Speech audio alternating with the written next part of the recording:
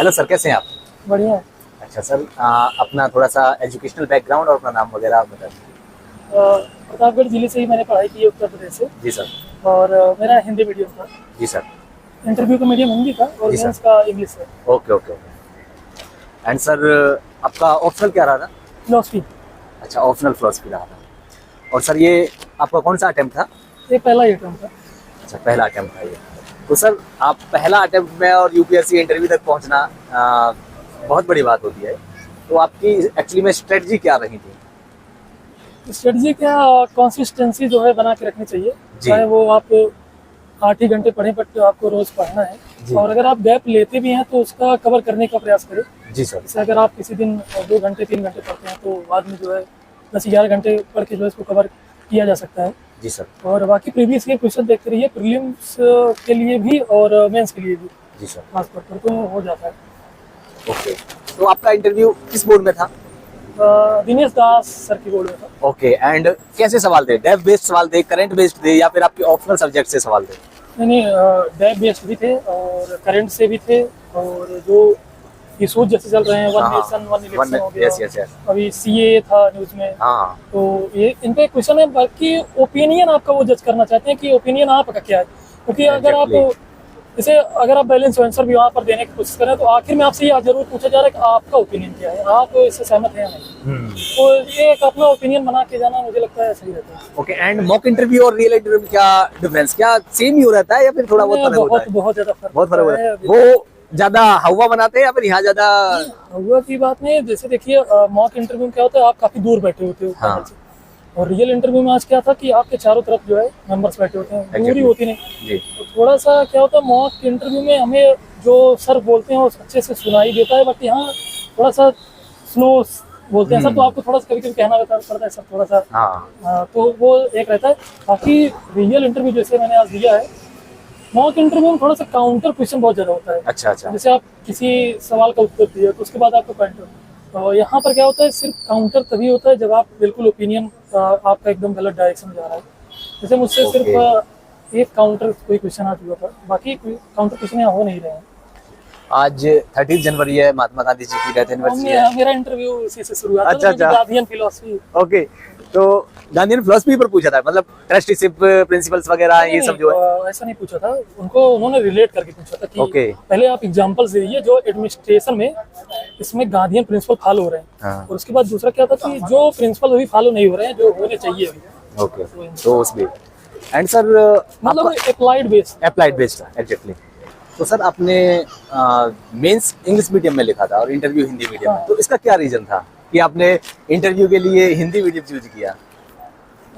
इसका सिर्फ एकमात्र रीजन ये था कि मैं अपने आप को सहज महसूस करता हूँ हिंदी मीडियम में। जी जी।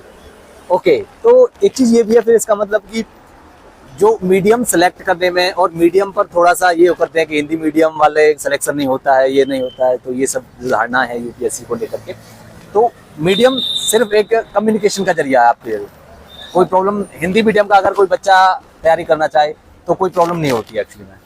देखिए, मैंने जब इंटरव्यू के लिए मैंने हिंदी मीडियम चुना था तो मेरे अंदर भी डाउट था कि मैं इंग्लिश में काफ़ी पढ़ाई की है तो मैं हिंदी में कैसे इंटरव्यू दूंगा। बट यहाँ पर काफ़ी कॉर्डियल रहता है माहौल, और जो है जो भी टर्म्स आपके होते हैं वो इंग्लिश में आप यूज कर सकते हैं। बाकी जहाँ तक लैंग्वेज की बात है तो इस सर्विसेज में लैंग्वेज रोड़ा नहीं है, और अगर आप मेहनत करते हैं तो किसी भी लैंग्वेज से सक्सेस पाया जा सकता है। साथ ही हिंदी मीडियम में थोड़ा ये रहता है कि जैसे मेंस में आप कोई भी पॉइंट लिख रहे हैं, जैसे मेरे बगल में ही लिख रहे थे तो हिंदी मीडियम थी, मैंने तो इंग्लिश में लिखा था, तो ये रहता है कि एक्सप्लेन जो है ज़्यादा करना पड़ता है, तो टाइम मैनेज करना थोड़ा सा दिक्कत होती है हिंदी मीडियम। तो मुझे लगता है कि ये थोड़ा सा एक प्रॉब्लम रहती है। जी। सर, आपने सेल्फ स्टडी की थी या फिर कहीं से कोचिंग भी ली थी? मतलब कोचिंग का नाम मत बताइए, कोई इशू नहीं है। आप थोड़ा सा ये है कि सेल्फ स्टडी में बच्चा अगर कोई करना चाहे तो कोई प्रॉब्लम होगी या नहीं होगी, या फिर कोचिंग लेना जरूरी होता है? मेरा कहने का मतलब ये है। देखिए, मैंने ग्रेजुएशन किया और मेरा पहला ही प्रयास था, तो मैंने ग्रेजुएशन से इसकी तैयारी करनी शुरू कर दी थी। और टू बी वेरी ऑनेस्ट, मैंने कोचिंग कहीं से भी नहीं ली। Okay okay. तो टू बी नोटेड कि कोचिंग के ऊपर डिपेंड होने की कोई जरूरत नहीं है, जो भी तैयारी करने की सोच रहे हैं। हाँ जी सर। कहीं कहीं जैसे आपको किसी पार्ट को लेकर थोड़ा सा डाउट है तो आप जैसे ऑनलाइन इतना ज्यादा अवेलेबल है वीडियोस, तो वहाँ से आप मदद ले सकते हैं। ओके। तो मतलब सेल्फ स्टडी की जा सकती है, कोई इशू नहीं है। एंड सर, आपकी स्ट्रेटजी क्या रही प्रीलिम्स को क्लियर करने की मेनली, क्योंकि प्रीलिम्स जो फर्स्ट स्टेज होता है और ऊपर से सीसेट भी है उसमें, तो प्रीलिम्स को क्रैक करने के लिए क्या स्ट्रेटजी रही? मतलब आपने किस पोर्शन पे ज़्यादा फोकस किया, करंट पर ज़्यादा फोकस किया या फिर जो स्टैटिक्स सब्जेक्ट्स हैं चाहे हिस्ट्री, ज्योग्राफी, इन सब सब्जेक्ट्स पर? जो 2023 का प्रीलिम्स रहा था वो काफ़ी अनप्रेडिक्टेबल था। जी सर। पिछले पैटर्न के हिसाब से तो नहीं था। मेरा पहला ही प्रयास था, तो मैंने जो है ज़्यादातर जो फोकस किया था वो जो न्यूज़ में जो लोकेशंस थी उनके ऊपर, मैप बेस्ड। हाँ मैप बेस्ड। और बाकी जो है स्टैटिक में जैसे पॉलिटी हो गया, इकोनॉमिक्स हो गया, इसको आपको स्ट्रांग रखना है क्योंकि इसमें क्वेश्चन अभी भी वैसे बन रहे हैं जहाँ पर आप उसको अच्छे से कर सकते हैं। जी सर। बाकी एंशिएंट हिस्ट्री और ऐसा जो भी सब्जेक्ट है, इन्वायरमेंट है, तो वहाँ पर काफ़ी लिमिट तो है नहीं, तो कहाँ तक भी आप करोगे। तो बट मुझे ऐसा लगता है अगर न्यूज़पेपर आप रेगुलर पढ़ रहे हो और अच्छे से फॉलो कर रहे हो उसको, ओके। तो वो काफ़ी मदद करता है। जी सर।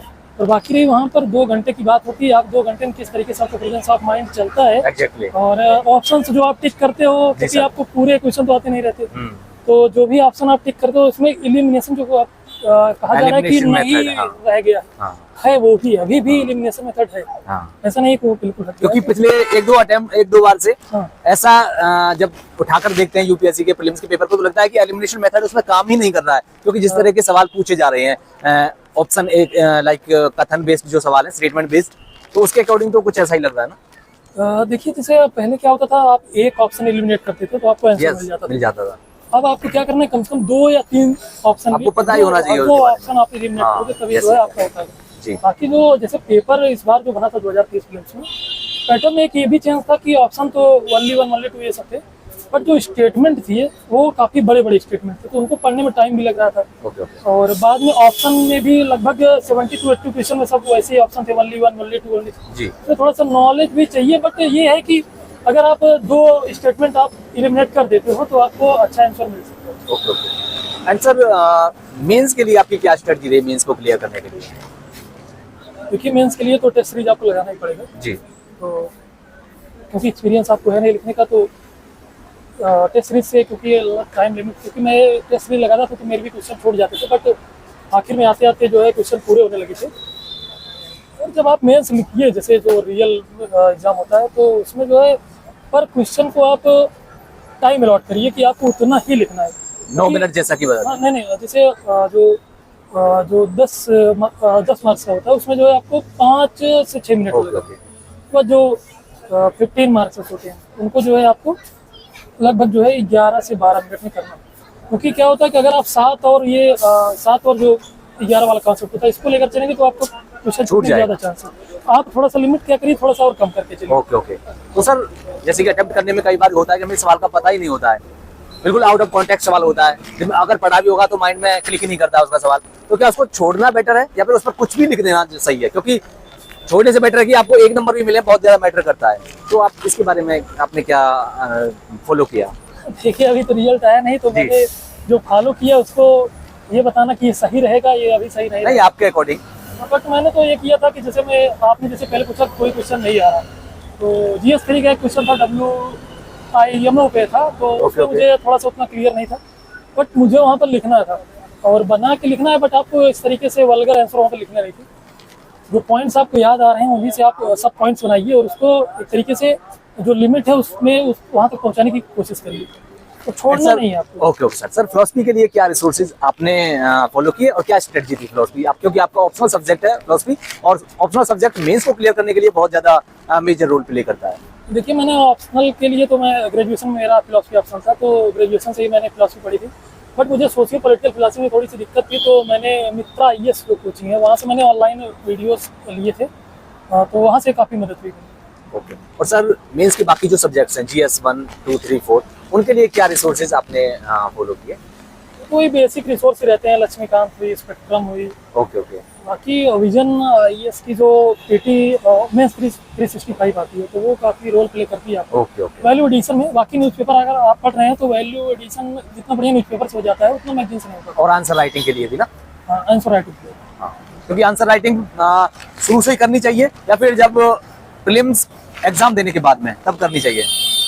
क्योंकि आंसर राइटिंग के बिना तो कुछ नहीं हो सकता, जब तक आपकी स्पीड नहीं होगी अच्छी लिखने, आप पेपर को पूरा कर भी नहीं कर पाएंगे। जैसे मान लीजिए जून से आप तैयारी करना शुरू कर रहे हैं, तो नवंबर दिसंबर का जो महीना होता है उसमें आप थोड़ी सी आंसर राइटिंग कर सकते हैं। बाकी आपको पहले प्रीलिम्स पर फोकस करना चाहिए जनवरी के, खासतौर से जनवरी के बाद। और उतना टाइम होता है कि अगर आपका सिलेबस कंप्लीट है तो आप आंसर राइटिंग प्रैक्टिस अच्छे से कर सकते हो 3 महीने में। तो सर आपका मोटिवेशन क्या रहा है इस लंबी जर्नी को और यहाँ तक पहुंचने, आज, क्योंकि आज के लिए आपका सबसे, आपके मुझे लगता है आपके जीवन का सबसे बेहतरीन दिन है आज का, क्योंकि यूपीएससी की तैयारी करने जो भी आता है बंदा वो इस दिन के लिए ही आता है। तो यहाँ तक पहुंचने के लिए आपका मोटिवेशन क्या रहा कि नहीं मुझे वहां तक पहुंचना है? मोटिवेशन तो सबसे पहले तो पेरेंट्स से ही मोटिवेशन आती है, Yes. नहीं, और बाकी टीचर्स का भी सपोर्ट रहता है। बट एक जो समाज के लिए आपको करने को जो यहाँ पर मौका मिलता है, अगर आप सच में करना चाहते हैं कुछ समाज के लिए, वो भी विथ अथॉरिटी, ओके। तो इससे बढ़िया प्लेटफॉर्म कोई नहीं। एंड सर हमारे जो नए एस्पिरेंट आ रहे हैं या फिर नए एस्पिरेंट जो एस्पिरेंट तैयारी कर रहे हैं उनको क्या कहेंगे तैयारी के लिए और मोटिवेशन के लिए, क्योंकि लंबी जर्नी है, अप्स डाउन रहते ही हैं। देखिए मैं उस लायक तो अभी हूँ नहीं, क्योंकि रिजल्ट तो अभी आया नहीं है, बट और मेरा पहला ही प्रयास था तो इतना ज़्यादा एक्सपीरियंस है नहीं। जी सर। मैंने जो अभी तक अपने इस जर्नी में देखा है उस हिसाब से, अगर जो नए स्टूडेंट्स आ रहे हैं, जी सर। पहले तो आप सिलेबस समझिए, सिलेबस में है क्या, GS1 क्या है, GS2 क्या है, GS3 जी सर। और कोचिंग अगर कर भी रहे हैं तो कोचिंग पे ज़्यादा डिपेंड ना होइए। और तीसरा ये कि आप, अगर आपको ऐसा लग रहा है शुरू से ही कि हार्ड पड़ रहा है आपको पढ़ना, अब एक प्लान भी बना के चलिए, क्योंकि यहाँ पर यूपीएससी में जो एक तरीके से अनसर्टेनिटी, जिस तरीके से प्रीलिम्स पैटर्न आगे मई में होने वाला, पता नहीं मेरा ही उसमें हो या ना हो, तो ऐसा कुछ कहना बिल्कुल श्योरिटी से कहा नहीं जा सकता, तो प्लान भी होना चाहिए। बाकी अगर आप पढ़ रहे हैं तो कंसिस्टेंसी बना के रखिए और अपने ऊपर सेल्फ बिलीव, क्योंकि ये जो जर्नी है ये मैराथन की तरह है, आप 100 मीटर रेस की दौड़ कर जो है पार नहीं कर सकते, तो आपको सेल्फ बिलीव रखना होगा, और बाकी तो लक का भी काफी ज्यादा फैक्टर रहता है। ओके सर, होप सर आपका इस बार भी हो जाए, आपको बस दोबारा यूपीएससी की तरफ से बोर्ड मेंबर सामने ना जाना पड़े, आपकी मनचाही रैंक मिल जाए, यही उम्मीद करते हैं। And all the best sir. Thank you sir.